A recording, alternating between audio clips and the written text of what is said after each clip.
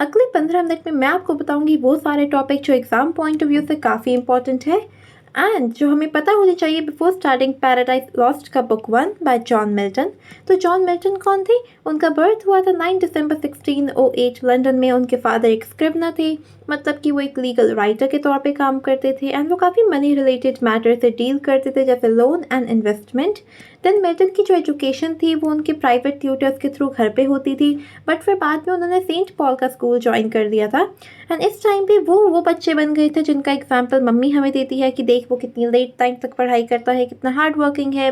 तो वो ऐसे बच्चे बनने के बाद उन्होंने काफ़ी सारे लैंग्वेजेस सीखे, जैसे कि Latin, Greek, Hebrew, French and Italian.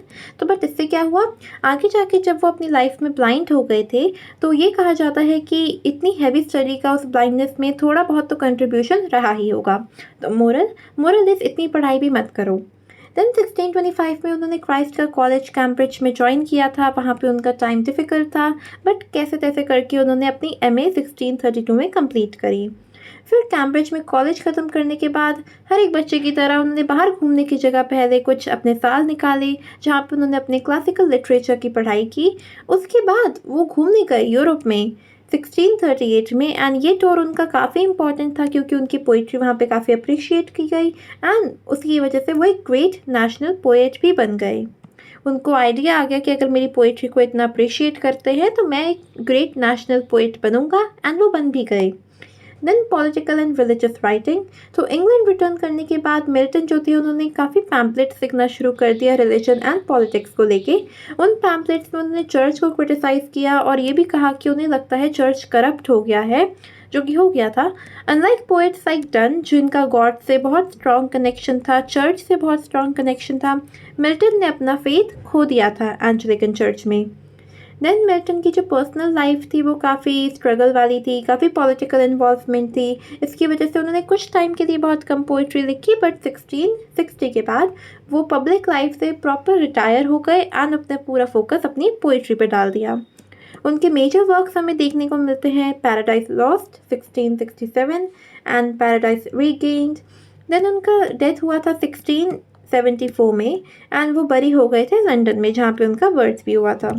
So John Milton was a highly educated poet and political thinker who overcame personal struggle to write Paradise Lost, one of the greatest epics in English literature. Then हमारा next topic आता है the epic form. अब एक epic क्या होती है? Epic होती है एक लॉन्ग नैरेटिव पोम, बहुत लंबी नैरेटिव पोम होती है जो कि बहुत ही ग्रैंड और सीरियस स्टाइल में लिखी जाती है एंड मेनली ये हीरोइक थीम्स के ऊपर होती है। तो एपिक की टाइप क्या होते हैं? सबसे पहले आता है प्राइमरी एपिक। प्राइमरी एपिक मतलब जो बेस्ड होती है ओरल ट्रेडिशन पे एंड बताई जाती है फ्रॉम बार्ड्स फ्रॉम मेमोरी। तो बार्ड्स फ्रॉम मेमोरी क्या होता है? मतलब जो भी एपिक बता रहा होता है वो कहीं से बुक से या नोटबुक से पढ़ के नहीं बता रहा होता, बट उसे जो अपनी मेमोरी में याद रहता है वो उसके थ्रू सबको बताता है, वो पोइट्री नरेट करके ओरली बताता है। Example Iliad and Odyssey by Homer. इनका स्टाइल भी हमें देखने को मिला था, काफ़ी नेचुरल था, काफ़ी स्पॉन्टेनियस था। देन हमारी सेकंड टाइप की पोइट्री आती है लिटरेरी एपिक्स। तो ये होती है इंडिविजुअल पोएट्स ने लिखी होती है, ये थोड़ी प्लान्ड होती है, थोड़ी आर्टिस्टिक होती है। एग्जाम्पल जैसे हमारी पैराडाइज लॉस्ट है बाय जॉन मिल्टन एंड इनका स्टाइल होता है ये ज़्यादा इंटेंशनली काफ़ी ज़्यादा ग्रैंड होता है। तो पैराडाइज लॉस्ट एक एपिक कैसे है? ये उनकी पब्लिश हुई थी 1667 में, जिससे उनका एपिक लिखने का ड्रीम कंप्लीट हो गया था एंड ये स्टोरी बताती है हमें फॉल ऑफ मैन, जो कि एडम एंड ईव है। ये हम अपकमिंग वीडियोस में डिटेल में डिस्कस करेंगे एंड इस एपिक का मेन थीम है to justify the ways of gods to man. तो मिल्टन का आइडिया क्या था एपिक हीरो का? अब क्या होता है, ट्रेडिशनल जो एपिक होती है उसमें हीरो जो दिखाया जाता है वो एक वॉरियर होता है, मतलब वो लड़ाई भी कर लेता है, फिजिकली स्मार्ट होता है, मेंटली स्मार्ट होता है, ठीक है, वो काफ़ी वॉरियर टाइप होता है जैसे कि ओडेसियस। बट मिल्टन ने यहाँ पे ये आइडिया चेंज करके हमें ट्रू हीरोइज्म का आइडिया दिया है, जो कि होती है स्पिरिचुअल स्ट्रेंथ। मतलब अंदर की जो स्पिरिचुअल स्ट्रेंथ होती है वो हमें दिखाई है, ना कि फिजिकल पावर। तो not war but moral and spiritual struggle is more important according to John Milton. तो यहाँ पे हमें देखने को मिलता है कि जो सीटन होते हैं जो हमारे पैराडाइज लॉस्ट में आएंगे अब, तो वो शुरू में देखने में हीरोइक लग सकते हैं बट वो हीरोइक नहीं है, वो सेल्फिश है, उनके एक्शन जो होते हैं वो भगवान के अगेंस्ट है। तो जो असली हीरोइज़्म आता है उसमें ओबीडियंस होता है, पेशेंस होता है, ट्रूथ होता है, जो कि सेटन में नहीं था, तो वो हीरोइक नहीं है। देन जॉन मिल्टन ने एक न्यू एपिक इंट्रोड्यूस किया था जिसका नाम है एक डोमेस्टिक एपिक। इसमें हमें फैमिली लाइफ देखने को मिली, ह्यूमन रिलेशनशिप देखने को मिले एंड स्पिरिचुअल ग्रोथ भी देखने को मिला जो एडम एंड ईव की डेली लाइफ पे बेस्ड था। देन एपिक कन्वेंशंस इन पैराडाइज लॉस्ट।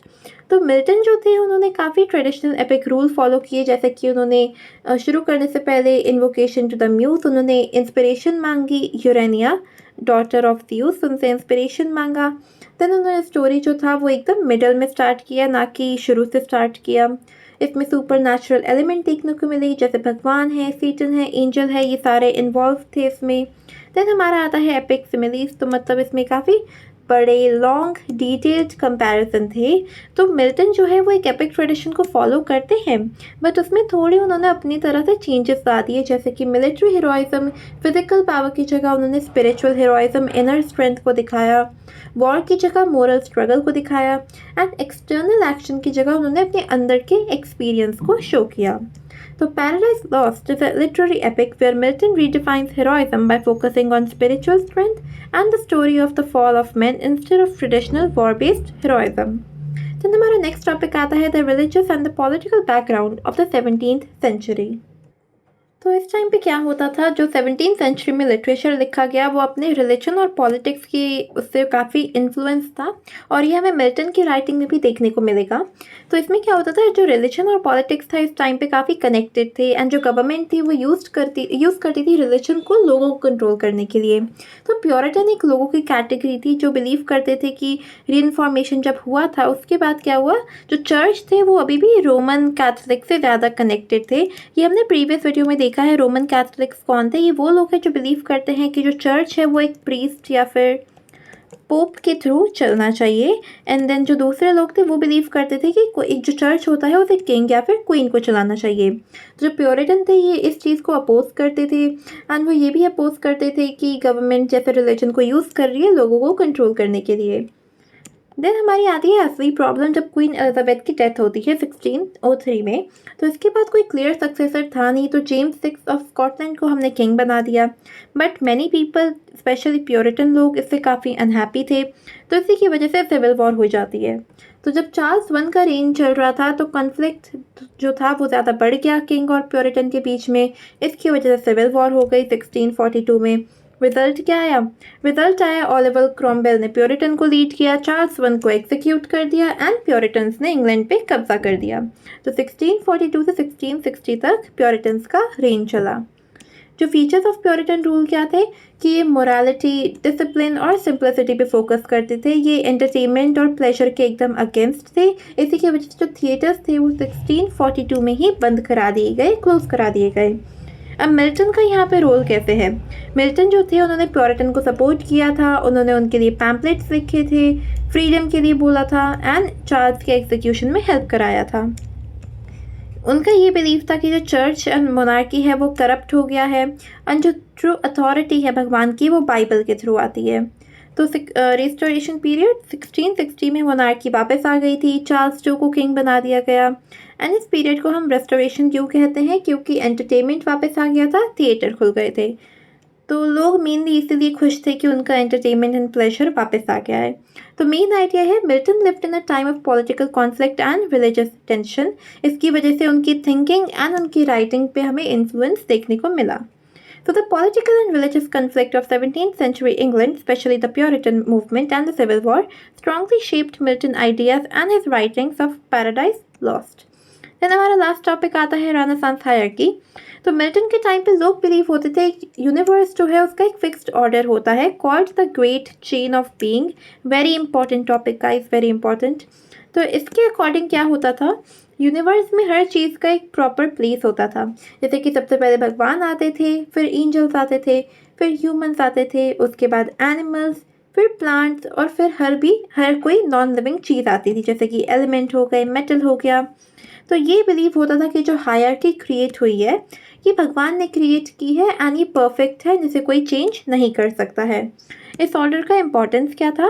लोग बिलीव करते थे कि अगर ये ऑर्डर ऐसे ही रहेगा तो ये यूनिवर्स स्टेबल रहेगा हमारा। अगर ये ऑर्डर ऊपर नीचे हुआ तो हमारे यूनिवर्स में केओस और डिस्ट्रक्शन आ जाएगा। तो एग्जाम्पल क्या होता है, जब सेटन ट्राई करता है इस ऑर्डर को ब्रेक करने का तो उसे हेवन से ही बाहर फेंक देते हैं। तो ये हमारा ग्रेट चेन ऑफ बीइंग था, ये ऑर्डर हमारा। देन कॉस्मोलॉजी, जो स्ट्रक्चर ऑफ द यूनिवर्स। तो मिल्टन जो थे उन्हें दो साइंटिफिक आइडियाज़ की लाइक अवेयरनेस थी, जैसे कि द टोलेमिक सिस्टम। इसमें क्या होता था, इसमें बिलीव करते थे कि जो अर्थ है वो एकदम सेंटर है और जो हर कोई चीज़ है वो अर्थ के अराउंड रिवॉल्व करती है। तो हमारा सेकंड आता था कपर्निकन सिस्टम। तो कपर्निकन सिस्टम में हम क्या बोलते थे कि इसमें अर्थ की जगह जो सन है वो सेंटर पे है एंड देन बाकी चीज़ें उसके अराउंड। तो जो मिल्टन थे वो एकदम टोलेमिक सिस्टम को फॉलो करते थे। देन उन्होंने अपना जो यूनिवर्स था वो खुद इमेजिन किया लेयर्स में, जैसे कि heaven and then home of God and angels. एक गोल्डन चेन क्रिएट कर दी जो कि हेवन को, ये जो हेवन है उसे वर्ल्ड मतलब कि हमारी अर्थ से कनेक्ट कर दिया एक तरह से। तो उनका जो न्यू दुनिया बनी थी वो सेंटर ऑफ क्रिएशन जो था उसके अकॉर्डिंग जो अर्थ था it was surrounded by like sun, moon, planet, star, हर चीज़ से सराउंडेड था।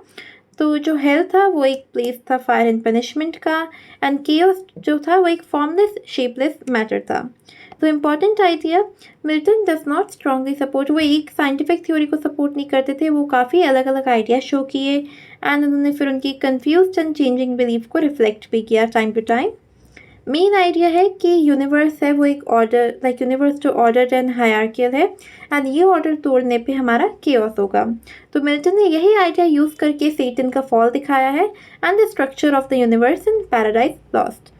So Milton represents a hierarchical and ordered universe where every being has a fixed place and any disturbance of this divine order leads to chaos and punishment. तो हमने देख लिया कि यहाँ पे हमारा ऑर्डर कैसा था। सबसे पहले भगवान थे, फिर एंजल्स था, फिर ह्यूमंस थे, फिर एनिमल था, फिर प्लांट थे, फिर नॉन लिविंग थिंग्स।